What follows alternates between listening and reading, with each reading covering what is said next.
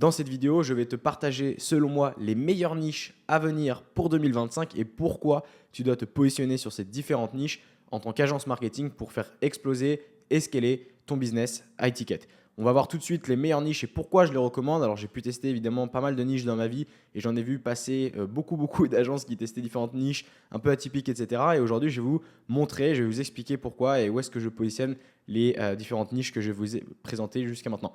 Alors, j'ai référencé une quinzaine de niches potentielles aujourd'hui. C'est un peu les plus courantes qu'on peut voir sur le marché. Certaines qui sont moins courantes également et je vais vous partager. On a l'immobilier, on a les restaurants, on a les coachs infopreneurs, les SaaS, l'e-com, l'IA, le BTP, les artisans, les créateurs de contenu, les studios, architectes, les artistes et gestion de patrimoine, la niche du CBD, la niche du setting closing et les panneaux solaires. Et donc, je vais vous présenter aujourd'hui où est-ce que je les positionnerai sur une échelle de 1 à 5 en tant qu'excellent, donc qui selon moi serait la meilleure niche aujourd'hui à lancer.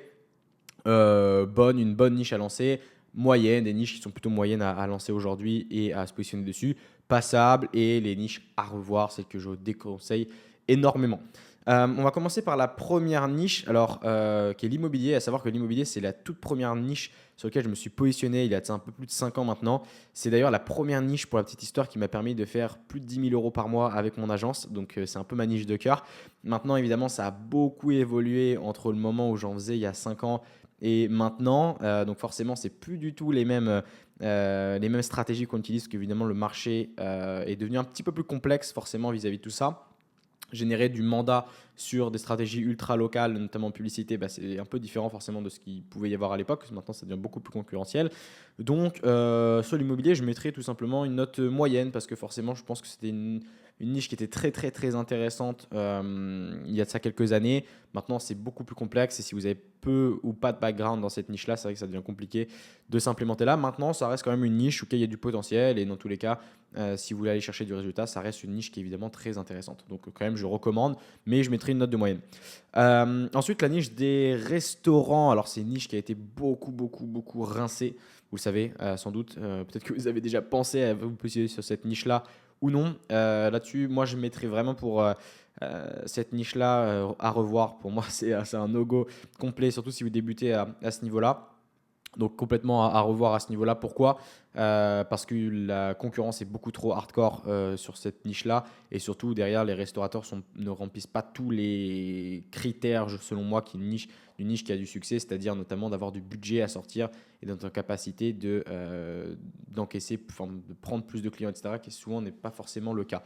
Donc, je déconseille, à part si vous êtes déjà évidemment bien positionné là-dessus. Typiquement, si vous êtes une agence, ça fait 10-20 ans que vous êtes une agence et que vous avez déjà tout un portefeuille de clients en tant que restaurateur, dans ce cas-là, oui, en effet, c'est complètement logique de continuer là-dessus. Mais si vous débutez là-dessus et que vous souhaitez choisir cette niche-là pour commencer, je vous le déconseille à 300%.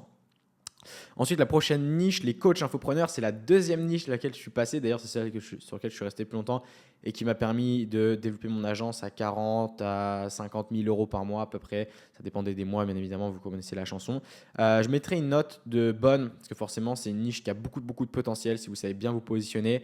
Je ne mettrai pas excellente parce que là, il y a quand même un peu de concurrence évidemment. Donc, il faut avoir des très bonnes bases en marketing et très bons de base en marketing pour arriver à apporter des résultats sur cette niche-là. Maintenant, je pense que c'est une très bonne niche lorsque vous vous lancez, puisque c'est très facile de trouver les prospects en question, c'est très facile de leur apporter du ROI, et en plus, souvent, ils ont assez de budget pour pouvoir bosser avec vous, tout simplement. Alors, une autre niche, la prochaine niche qui va être les SaaS. Les SaaS, alors c'est une niche qui est, selon moi, sous-exploitée à mort en France. Alors que c'est aux États-Unis, quand vous regardez et que vous faites un peu vos recherches là-dessus, aux États-Unis, c'est une niche qui a énormément explosé récemment. Ça va de pair, hein. Forcément, les SaaS ont explosé il y a de ça quelques mois, années, aux États-Unis notamment. Et forcément, les agences marketing ont suivi la tendance vis-à-vis de ça. Alors pour cette niche-là, où est-ce que je la mets? Je la mettrai en excellent tout simplement parce que pour moi, c'est une des meilleures niches aujourd'hui à lancer. Si vous avez des connaissances marketing derrière, si vous savez comment fonctionne un SaaS, c'est une des niches les plus intéressantes selon moi à ce niveau-là. Ok. Donc, si vous avez déjà des compétences en SaaS, foncez sur une des offres des offres finalement pour des SaaS, parce que selon moi, c'est là où il y a le plus de retour sur investissement possible pour vous. On peut facilement trouver les prospects, ils ont beaucoup d'argent en général à dépenser pour leur marketing, donc c'est selon moi une des meilleures niches que vous pouvez avoir aujourd'hui. Ensuite, la prochaine, c'est l'e-com. L'e-com, je mettrai en passable simplement. Je ne vais pas trop m'attarder sur cette niche-là. Il y a énormément de choses qui se passent là-dessus. En plus, il y a plein de spécificités à l'intérieur. Est-ce que vous allez targeter des boutiques de dropshipping? Si c'est le cas, je mettrai même à revoir. Est-ce que vous allez targeter des marques? Alors là, ça devient un peu plus sympa. Mais il faut déjà avoir des grosses compétences de base en e-commerce si vous voulez avoir une agence qui cartonne à ce niveau-là. Donc, si vous débutez et que vous n'avez pas forcément de compétences, je mettrai que c'est une niche qui reste intéressante, mais qui, selon moi, n'est pas la plus optimale. La niche de l'IA, c'est-à-dire tout ce qui est automatisation par l'IA, etc., je recommande, je mettrai en bonne tout simplement, puisque c'est une niche qui a beaucoup de potentiel, même si voilà, c'est un peu surcoté, je trouve, mine de rien. Ça reste une niche qui est très intéressante, il y a de belles choses à faire, et voilà, je mettrai la note tout simplement de bonne vis-à-vis de ça. La niche du BTP et des artisans, pareil, je mettrai en moyenne à ce niveau-là. Parce qu'en soi, oui, on peut leur apporter des gros résultats, etc. Maintenant, c'est une niche qui a souvent des réticences à travailler avec des agences marketing. Donc, il faut juste être très bon sur la partie en général closing, acquisition client, ce qu'on vous apprend chez Scaling Process, bien évidemment. Et voilà, je vous conseille vachement la niche des artisans, BTP, etc. Ça reste une niche qui est très intéressante, il y a de quoi faire. Donc voilà, c'est une niche qui est selon moi moyenne, c'est pas la meilleure, mais c'est pas non plus une mauvaise niche, loin du tout, enfin loin de là. Concernant les créateurs de contenu, ouais, je mettrais que c'est une très bonne niche aussi, créateur de contenu, parce que mine de rien, ça rejoint un peu coach et infopreneur. La différence que derrière, vous allez les aider à monétiser leur audience. En général, c'est ce qui se fait à ce niveau-là. C'est une niche qui se pose pas mal, notamment avec School qu'on voit en ce moment. Il y a beaucoup de choses à faire à ce niveau-là. Donc, si voilà, vous êtes en plein dedans et que vous voulez un peu comprendre comment ça fonctionne là-dessus, je vous recommande grave d'aller sur la niche des créateurs de contenu, donc tout ce qui est influenceurs, personnes qui créent du contenu voilà, pour différentes audiences. C'est ce que je vous recommande là-dessus. Ensuite, la partie studio. Je trouve que c'est une excellente niche là-dessus. Vous allez me dire, mais Alexis, qu'est-ce que tu entends par studio? Studio de production vidéo, studio de montage, etc. Je recommande à 300%. C'est très facile de leur apporter du résultat. C'est très facile de leur vendre des éléments. Souvent, les studios, ça fait un moment qu'ils sont en place. Ils ont beaucoup de budget, etc. C'est une niche voilà, qui remplit tous les critères. Ils ont du budget. Ils sont faciles à trouver et on peut leur apporter du ROI. C'est les 3 critères selon moi qui composent une très bonne niche. Donc, studio, je mettrai en excellente niche également. Les architectes, très bonne question, très bonne question sur les architectes. Bon, honnêtement, j'ai pu tester un peu différents projets sur justement la niche des architectes et je mets à revoir très clairement. C'est très complexe déjà d'une part d'accéder à ce marché. Pour la simple et bonne raison que voilà, souvent leur marketing se fait beaucoup par le bouche à oreille, etc. C'est un peu du marketing à l'ancienne. Souvent, ils ne comprennent pas non plus tellement comment vous pouvez les aider, etc. Donc, bon, je recommande pas vraiment, à part si vous avez vraiment déjà un gros pied dedans, c'est comme pour les restaurants.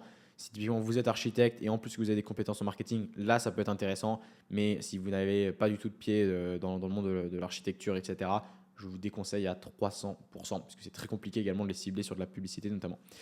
Passons à la prochaine niche. Alors la prochaine niche, qui sont les artistes. Les artistes, moi, c'est une niche que je trouve moyenne. Pour la simple et bonne raison que si vous avez déjà un pied dedans, c'est toujours pareil, si vous connaissez déjà un peu le milieu des artistes, etc. Alors quand j'entends artiste, ça peut être aussi bien chanteur, interprète, rappeur, mais ça peut être aussi bien dans le domaine de l'art, mais un peu plus général, typiquement des peintres, etc. C'est des niches qui sont très en vogue. Et je recommande moyennement, si vous avez déjà un pied dedans, que vous connaissez parfaitement ce milieu-là, ça peut être extrêmement profitable, d'où le fait que je ne me mets pas à revoir ou passable. Mais maintenant, si vous n'avez pas vraiment de compétences là-dedans, bon, je recommande pas tellement, quoi. Gestionnaire de patrimoine, c'est une très bonne question. Je mettrais que c'est une niche bonne parce que j'ai pu notamment bosser sur 2-3 projets en gestion de patrimoine par le passé. Et il s'avère que ça amène de très bons résultats, c'est toujours très cool. Les gestionnaires de patrimoine en général comprennent assez bien, je trouve, la partie marketing, mine de rien. Ils savent qu'ils en ont besoin. On peut leur apporter du ROI intéressant et ils sont plus ou moins faciles à trouver. Donc pour moi, c'est une bonne niche. Je ne dirais pas que c'est la niche du siècle. Je ne dirais pas non plus que c'est l'excellente niche pour 2025, mais ça reste une très bonne niche sur laquelle se positionner évidemment vis-à-vis de tout ça. Ensuite, on a la niche du CBD, alors tout ce qui est produit au cannabis, etc. Pour moi, c'est une niche qui est moyenne. Il y a de plus en plus de personnes qui se positionnent de cette manière-là, plutôt dans le milieu underground, etc. Pourquoi je mets que c'est une niche moyenne? Parce que déjà, ça se divise en 2 grosses catégories.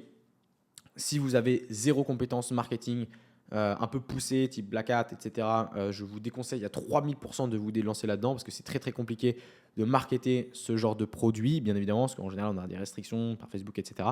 Maintenant, si vous savez contourner ces éléments-là et vous savez mettre en place des options vis-à-vis de ça, foncez dessus parce que forcément, vu qu'il y a des barrières à l'entrée qui sont très grosses, plus vous allez finalement plus vous allez passer ces barrières à l'entrée parce que vous avez les compétences de le faire, plus vous allez évidemment faire du profit derrière. Donc ça peut être extrêmement, extrêmement profitable de se lancer sur ce genre de niche. Maintenant, si je fais un peu voilà, une moyenne pour toutes les personnes aujourd'hui, je dirais que voilà, c'est une niche moyenne du coup par conséquent à ce niveau-là. Ensuite, la niche du setting closing, pour moi excellente. Il n'y a pas de débat là-dessus. Il y a énormément de personnes qui se lancent là-dessus, qui ont des agences de setting closing et qui ont besoin de marketing derrière pour positionner leurs élèves ou pour trouver leurs élèves. Donc 3000%, c'est très facile de se lancer dans cette niche-là. Entre guillemets, c'est un peu plus compliqué d'y perdurer, bien évidemment, mais les barrières à l'entrée sont extrêmement faibles. Beaucoup de profits, on peut les trouver très facilement. Donc pour moi, ça fait partie des meilleures niches aujourd'hui qu'on peut avoir sur 2025, tout simplement. Et enfin, la niche des panneaux solaires. Ça, c'est une très très bonne question. La niche des panneaux solaires, où est-ce que je la mettrais? Je la mettrais dans... Ouais, c'est une bonne question. Bonne, je pense. Bonne niche. Pourquoi? Parce que pour moi, ça reste une très bonne niche si vous avez les compétences, encore une fois, de se lancer dans ce domaine-là, dans le sens où voilà, on a typiquement des clients chez Scheme Process qui sont sur ce genre de niche et qui ont des rendez-vous à 15 à 20 euros au maximum. Donc ça coûte vraiment, vraiment, vraiment pas cher là-dessus. Des rendez-vous très qualifiés, je parle. Donc évidemment, sur les taux de closing derrière, ça se ressent bien évidemment là-dessus. Donc ça, c'est une très, très bonne niche. C'est pas la niche du siècle parce que encore une fois, ça existe déjà depuis un petit moment là-dessus. Mais si vous savez bien vous positionner, avoir une bonne offre derrière, vous êtes en capacité de faire beaucoup de profit là-dessus. Voilà un petit peu sur déjà la tier list. J'aimerais simplement revenir sur quelques petites choses avant de conclure cette vidéo. D'une part, il n'y a pas de mauvaise niche complètement. Ça dépend un peu de votre expérience vis-à-vis du domaine. Et moi, je suis persuadé que si vous mettez les efforts pour comprendre parfaitement votre cible, parfaitement votre marché et comment vous pouvez les aider, toutes les niches sont bonnes à prendre, à condition évidemment de connaître parfaitement votre marché. Ça, c'est la condition sine qua non vis-à-vis de tout ça.